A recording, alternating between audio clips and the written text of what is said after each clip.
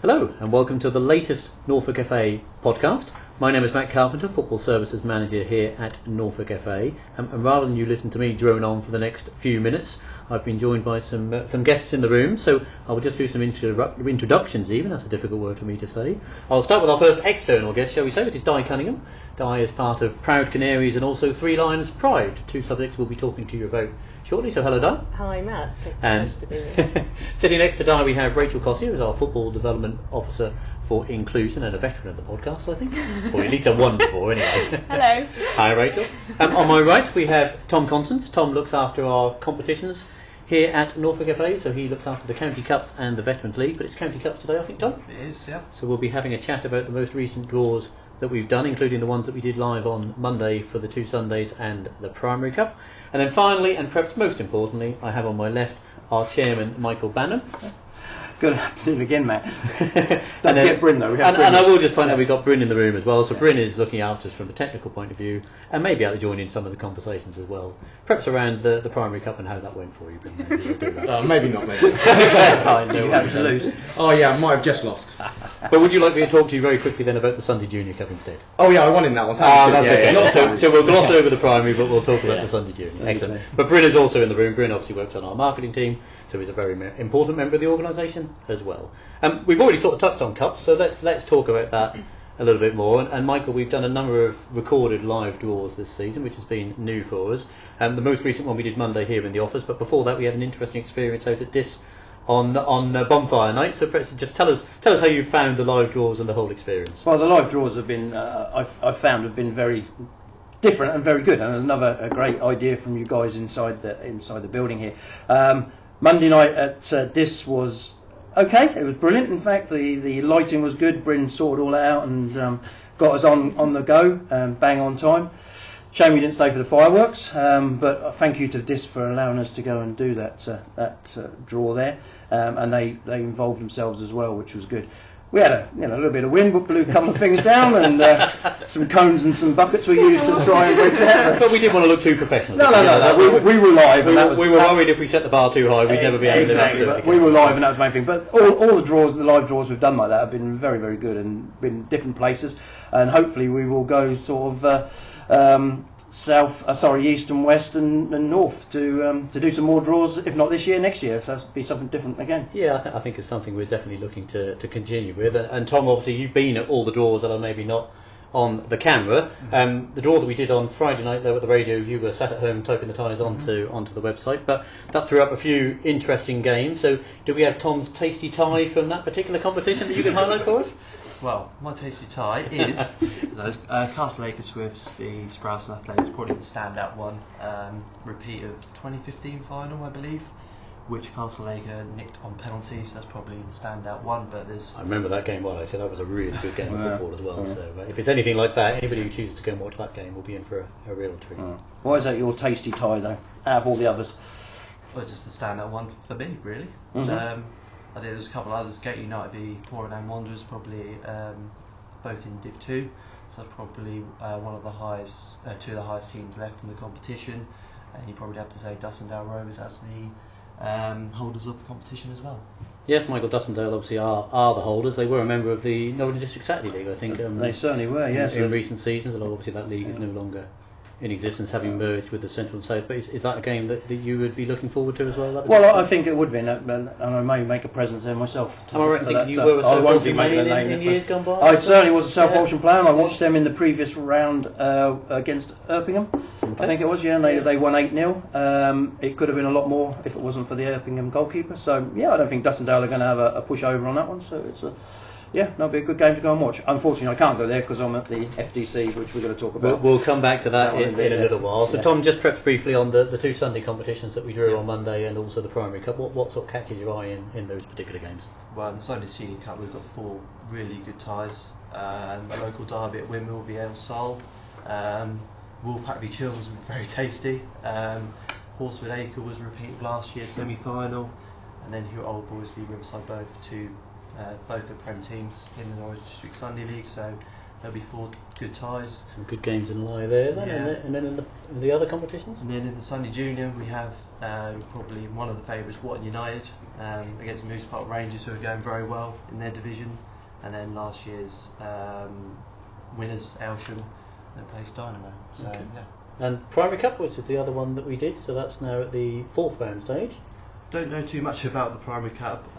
Get United Reserves, they're the holders. They've got Norton Athletic. So, both of last year's finals are still in it, because Kelton Yeah. also Yeah, still in. I Kelton's think still they there. got an away tie, didn't Yeah, they? they're often on the reserves, and I think they're doing quite well in their division. So yeah, could be a hard game. And anybody who wants to see those draws in full, they are now on our website Yep. for people to look at. Yep. One last bit on Cups, Rachel. I will just quickly come to you, because obviously you play as well as working for Norfolk FA, and I think you've got a County Cup game coming up this weekend. We do. So I play for Wyndham Ladies, and we are going to be playing against Thetford Bulldogs. So you're going to that game confident? Or? Hopefully, yeah. Can't underestimate any team, so we'll be going as we usually do, but hopefully we will get the win. Yeah. Obviously, you did captain the winning team last season, of course, so you're looking to replicate that. She was For a injured. short amount of time. I wasn't going to mention about that 7 bit. minutes, but yeah, I was on the pitch for a little while until I got injured. Are you injury Won't free this mention season? that. I am for the time being, thanks. So Di, coming back to yourself then, so I introduced you as part of Proud Canaries and Three Lions Pride, so 2 separate hats that you wear. A lot of the people I talk to when we do these have multiple roles within football. Perhaps you could just tell us a little bit about Proud Canaries, the organisation, sort of how it started and what it is really, for those that don't know. So Proud Canaries fan group started in 2013, and it was a group of Norwich City supporters who were from the LGBT community, lesbian, gay, bisexual, trans community in Norwich, and supported Norwich City and just wanted to work with the club to make sure that the club was a welcoming place for everybody. There are some people who still think that football is, maybe a dangerous thing to go and watch sometimes. You've got memories of hooliganism from decades ago. Yeah. And it is still a place where, especially if you're, with away fans, you can hear, discriminatory language, and maybe not everybody feels comfortable. Well, most people I know don't feel comfortable with that. So we were just working with the club and other fan groups to help temper some of the language and behaviour and make sure everybody felt part of the experience. And it's been going really well, and I would say that Carrow Road is one of the most pleasant places to watch a game of football. And it's not to say that it's not still a feisty place. You obviously you do still hear banter, and you do still hear the kind of stuff going on between home and away fans. But maybe, hopefully, more people feel included. And then more recently, we've been working with Aviva and the club, and yourselves at Norfolk FA and the Community Sports Foundation to ensure that there's a safe space for people from the LGBT community if they want to play football. And obviously many people who are gay or lesbian or trans can join football teams at different levels, but some people still feel that maybe doing sport is not particularly safe, or is somewhere where they might get bullied. So having a designated team just helps encourage people and make them feel that they're welcome to participate. So that's been going since last December. It's going really well. We had a tournament at Carrow Road over the summer, and Mile Fashion who came, and we had, I think there were 8 different teams competing. So it's going really well. Excellent, good stuff. And the inclusivity is obviously a very important thing for us as a county now. Our new strategy comes under the banner of Norfolk Football for All, and Rachel, your role as our Football Development Officer for Inclusion was created as part of that strategy. So perhaps you could just tell people a little bit more about what falls under your umbrella now within the organisation. Yeah, so my job title kind of explains it a little bit. So it's all about inclusion. So it's about engaging with underrepresented groups or people who feel that they do have barriers that stop them participating in football. So working with different communities. So looking at disability football, looking at BAME participation, LGBT community, a number of different areas. We're also looking at increasing walking football, which has now become a massive thing. That's us, Michael, that one, isn't it? not no, maybe not. So not just in Norfolk, across the country, and making sure that when you do get that little bit older, you can still be participating in football. So there's a number of different areas that we're looking to. And all joking aside, Michael, you have played walking football, and I know you love it. I did absolutely love it. Yeah, it's just the wrong time of day for me now. But funny enough, I was in Halesworth this morning at one of my customers and bumped into one of the regular walking football players who I started playing with. Still remembered me, and he said they've got 100 players now. I mean, that is absolutely brilliant. In Monday, Wednesday, Fridays at the FDC, plus the UEA, plus other areas. He says, absolutely love it. That's a brilliant sport, isn't it? Oh, it's great. And I see you've been on your Twitter. You've had a quiz about what the rules are, because there are obviously some different rules. Is there rules? Yeah, we got tested on that in the office the other day. I won't say who got the top marks. But No, of course not. You had the sheet in front of you. No. But no, that is a very much a growing area of the game, and it all comes under that inclusivity banner, because it isn't just about. I guess maybe some people's perception is it's a young man's game, and it absolutely is so much more than that now. And you also said, Di, obviously part of why I said you were part of the Three Lions Pride, which sounds very exciting. I know you had a trip to the World Cup and got lots of other things going on. Just talk to us a little bit about how that's evolved. So it's another fan group. It's for the national team, for the national men's team, and we had again, it's just about making sure that everybody feels they've got potential to be included. And so we've been working with the FA to get complimentary tickets for LGBT people to go to Wembley and away from home as well. So for when was it? It was about this time last year, the Germany match. We had 100 people all sitting together from the LGBT community at Wembley. It was pretty amazing. Yeah. And we've had our banners displayed at Wembley, and a few of us, only just a handful of us, because obviously it's a big deal. Russia's not the friendliest place for the LGBT community to go to. So, but we had guarantees from FIFA that we would be safe inside stadiums, and they delivered. We had a few times when the banner, because it's got Three Lions Pride, it's got rainbow lions on the St George's flag, where the banner was turned away by Russian stadium staff who said you're not allowed to have a rainbow in the stadium. Wow. That's not allowed in Russia. It's seen as propaganda there. So we had to work with FIFA to make sure the banner we were able to display it. But what a fantastic time that we had! Who knew that England were going to perform so well? And so you certainly picked the right tournament to go to, as it turned out. Yeah, it was a real privilege because we had the protection, and we met LGBT people in Russia, and they have a really tough time. There is institutional prejudice, and there's prejudice that it just kind of goes under the radar. The police look the other way, and people are definitely treated. There's a lot of discrimination. So we were very lucky to have the protection of the World Cup there. But as soon as the World Cup's gone, then it's back to normal. So it's difficult. But fantastic that the message went round the world that football should be anybody should be able to support their football team, and so people from other countries were saying, why can't our FA do that? Because the FA gave us permission to use the Three Lions crest. Yeah. So things are really changing, and things happening in this country and in the UK really are at the forefront globally. Which is really good, and we don't just throw these things together, because we are actually now right at the beginning of the Rainbow Laces campaign for 2018, which Rachel obviously again sort of comes under your banner. So we're looking to do bigger and better than ever, I think I'm right in saying. So tell us a little bit about what we've got planned for the next few weeks on that front. Yeah, okay, so we have a competition that we're running, which has a couple of different categories. One category that we're aiming at individuals, so that competition starts on the Saturday 17th of November and closes on Monday the 26th of November.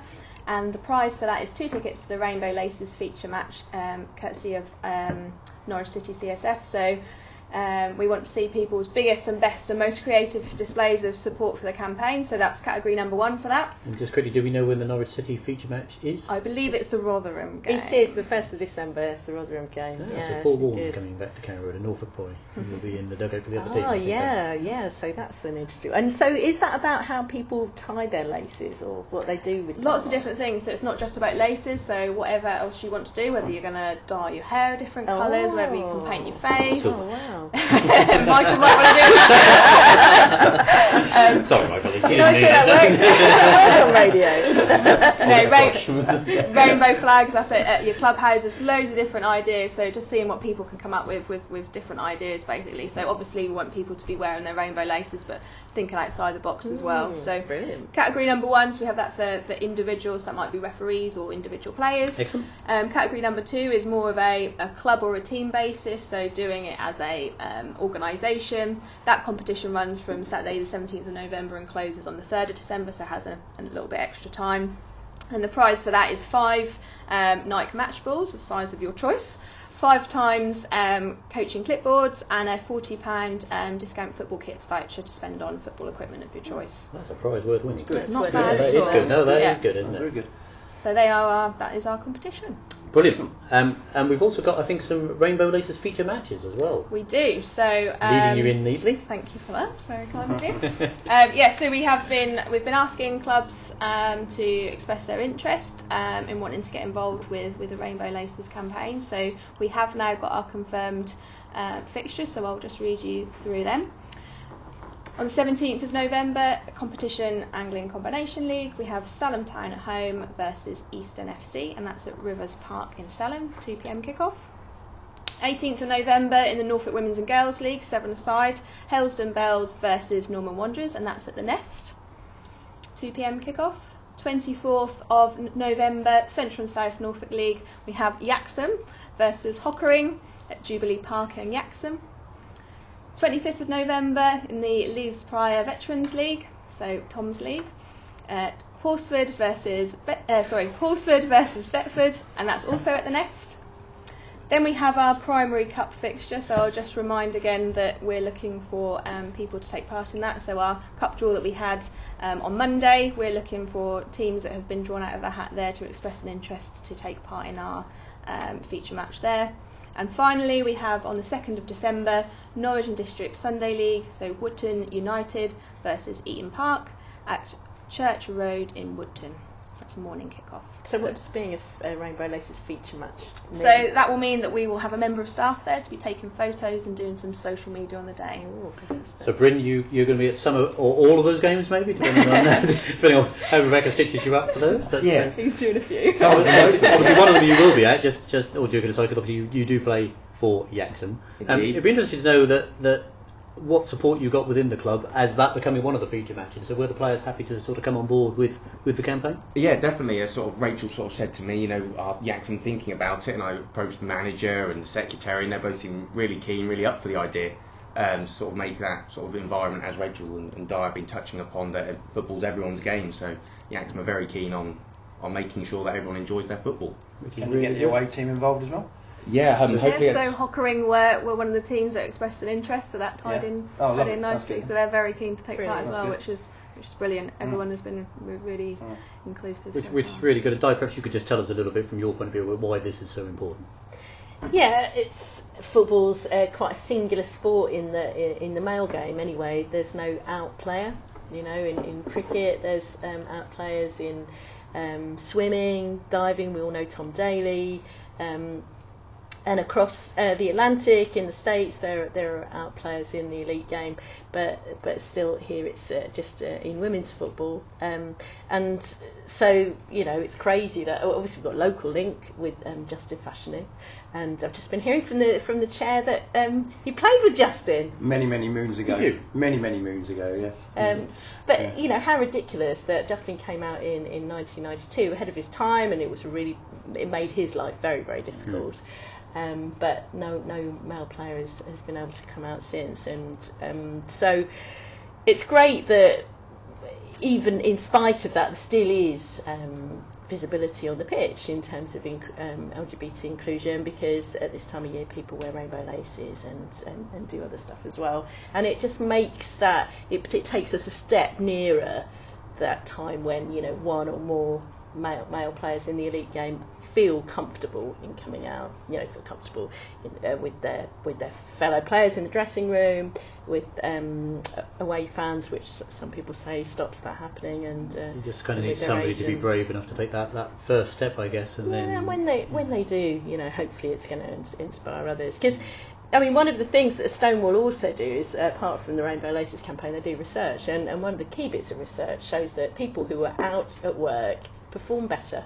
So actually, that includes athletes and sportsmen and women. That, you know, if you're not able to be yourself and be honest about who you are and talk about who you went to the pictures with last night, you know, because you're worried about what your workmates are going to think, you can't perform at your best. So we want everybody to be able to perform at their best. Which would be good. It really would be good. And in terms of that research, actually, Rachel, I think we're going to be doing a survey for the LGBT community at some point soon. We're going to be doing our own survey, and basically what Di just said, we need to look at things, not just promoting inclusion, but looking at areas that we need to improve, and as a county FA, what we can be doing more. So that's something that we're going to be releasing next Monday, so hopefully people will participate in that survey as well. So that'll be social media based again, I guess? Social media based, yeah. That'll be on our usual channels. Platforms, yeah.